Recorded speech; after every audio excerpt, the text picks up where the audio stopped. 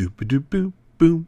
Boo-ba-doo-boo, boom, boo-ba-doo, boo-ba-doo-ba-doo-ba-doo-ba-doo-boo, boo-ba-doo-ba-ba-doo-ba-doo-ba-doo-ba-doo. Oh, those sweet, sweet 1990s. A decade that defined and refined the pop culture taste of an entire generation. American youth were caught up in the fads of Blossom hats, the Disney afternoon, and the romantic trials and tribulations between Ross and Rachel.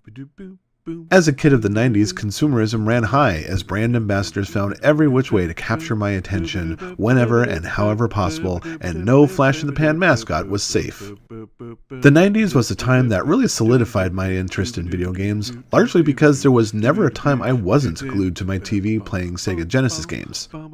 If there was ever a video game that bottled the essence of the era, outside of maybe Green Dog the Beach Surfer Dude, it was Greg Johnson's ToeJam and Earl.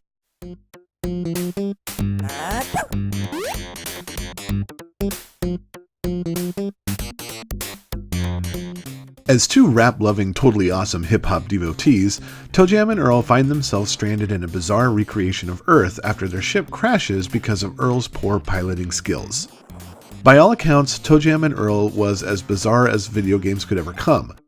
Earth is represented as a collection of loose islands floating unsupported in the vacuum of space and populated by eclectic characters like crazed dentists, devils, monsters disguised as mailboxes, mole people, and angry bees all looking to harsh the aliens' urban grooves.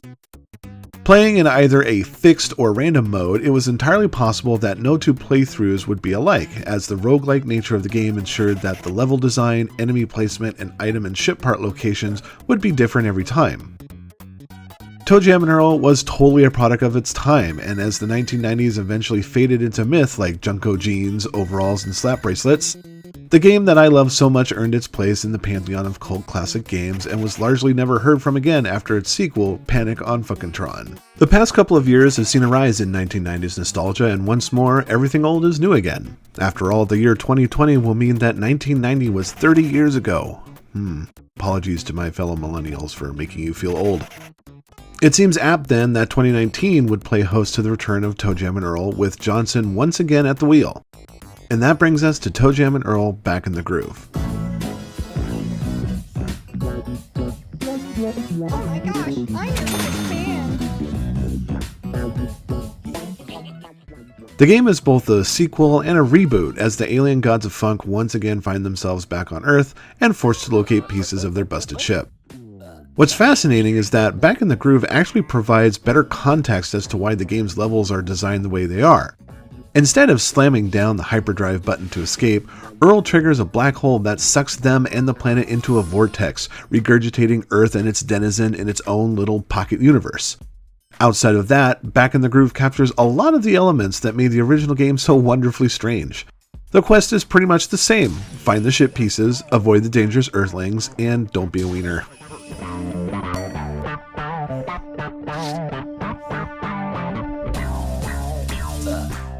Ship pieces are scattered in different levels, so as either ToeJam, Earl, or both if you're playing with a friend, or their respective girlfriends, you'll spend the game hunting them down by exploring islands connected by elevators that take you to the next level.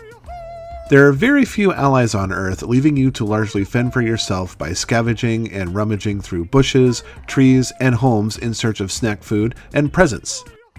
Presents are mystery boxes that offer positive and negative goodies. You won't know what these presents do until you use them or seek out allies that will reveal their contents in exchange for money. Helpful items like wads of cash, inner tubes to help safely cross bodies of water, rocket shoes, and weapons can get you around the map quickly and provide you with the means of self-defense. Conversely, you'll find stuff that can zap away health, randomize your presence, and other bad stuff. Avoiding enemies becomes a real challenge as levels are more densely populated than they were in the older game, and to my delight, many of the classic bad guys supplement a healthy amount of new and dangerous Earthlings, like crazed fans, present-stealing FBI agents, insane dentists, influencers, and more. At higher levels, these enemies become far more aggressive and do a lot more damage, forcing you to think on your toes. Should you get knocked off the edge, you'll be dropped in a random location on the previous level and are forced to find your way back. Back in the Groove offers a lot of callbacks, from enemy design and elevator transitions to re-recordings of unforgettable sound effects and music. But it also adds some new mechanics to the mix. Like the older game, you can play the adventure in fixed or random mode, though the latter doesn't unlock until you've completed at least 10 levels in the fixed version.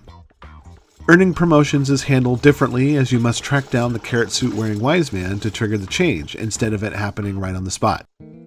Apart from a name change, graduating from Wiener to Doofus for example, promotions grant you a shot at the prize wheel for extra experience points, cash, and presents, and also boost random character stats, such as increasing their movement speed, inventory space, and health among other things. These are not permanent rewards, and should you die or fall prey to some truly nasty presence, it's possible to see your rank and stats demoted.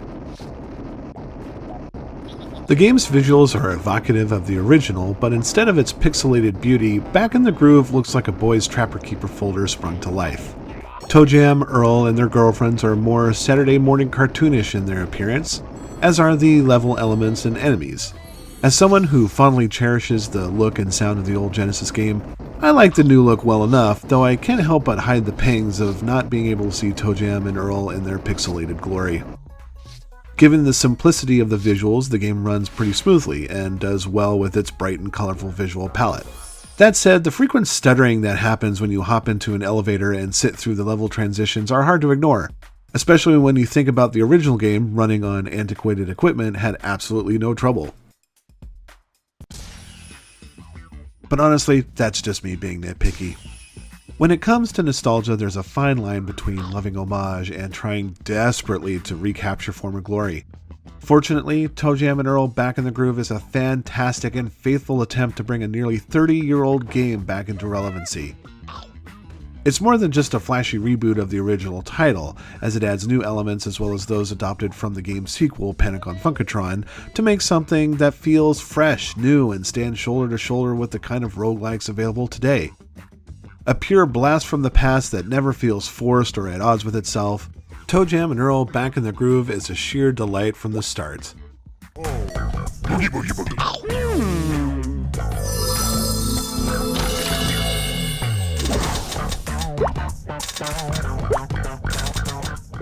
Darkstation happily gives ToeJam and Earl Back in the Groove 4.5 stars. Word to your mother, yo.